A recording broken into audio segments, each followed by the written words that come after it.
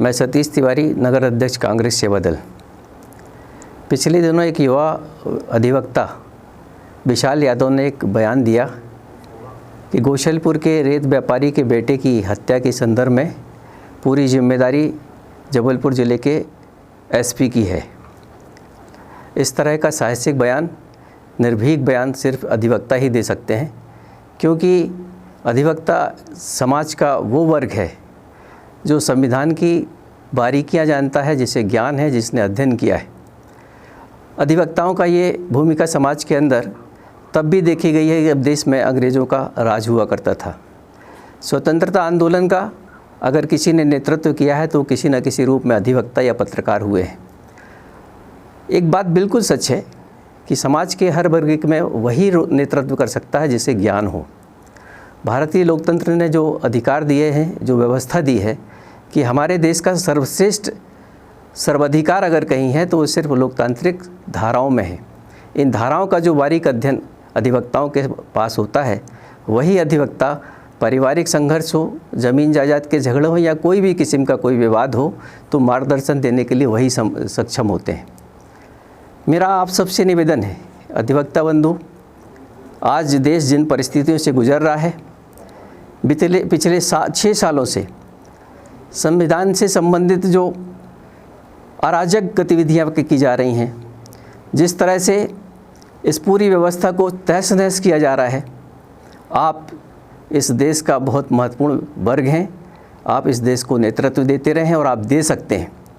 मेरा आप सबसे निवेदन है कि एक बार किसी भी राजनीतिक विचारधारा से बिना प्रभावित हुए इन सब बिंदुओं पर विचार करें और सामूहिक रूप से कोशिश करें कि आज हम इतने वर्षों बाद फिर इस चौराहे पर खड़े हैं कि जब भी संवैधानिक व्यवस्थाएं, हमारे कानून, हमारे लोकतांत्रिक मान्यताओं को निरंकुश सरकार पूरी तरह से कुचल देने में लगी हुई है, आपकी जिम्मेदारी है कि आप इस देश का, इस समाज का वो वर्ग हैं जो नेतृत्व करता रहा है और कर सकता है। आज एक युवा अधिवक्ता की बात नहीं है, वो सारे लोग जो विचारशील हैं, जो देश के संदर्भ में, समाज के संदर्भ में भी चिंता करते हैं, सामूहिक रूप से एकत्रित हों और इस देश को इस संकट से उबारने के लिए नेतृत्व करें।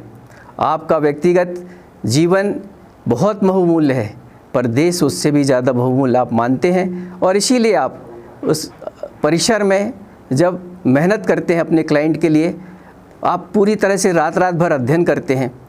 कुछ समय देश के इस महत्वपूर्ण बिंदुओं को आप दें। आप ही हैं जो इस देश को इन मुश्किल समय में एक सहारा दे सकते हैं। मैं प्रणाम करता हूं उस युवा अधिवक्ता विशाल यादव को, जिसने इस चीज़ को निर्भीक रूप से कहा है।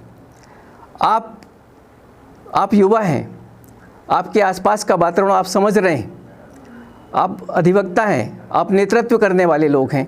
मेरा निवेदन है, कुछ समय अपना इस व्यस्तता से निकाल कर, आज हमारे देश में जो परिस्थितियां बनी हैं, आपने पिछले दिनों देखा किसानों के इतने बड़े आंदोलन को किस तरह कुचलने की कोशिश की।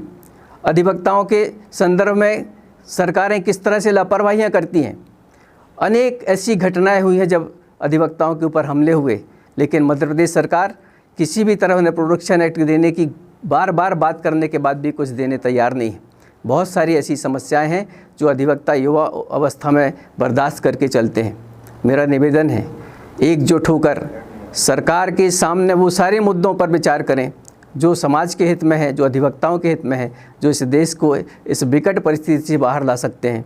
मैं निवेदन करता हूं नगर कांग्रेस सेवा दल के अध्यक्ष की हैसियत से कि आप सब पुनर्विचार करें, अपनी ताकत को पहचानें और एकजुट होकर बुलंद करें वो आवाज़ जो देश के संवैधानिक ढांचे को सुरक्षित कर सके। धन्यवाद। जय हिंद, जय भारत। नमस्कार।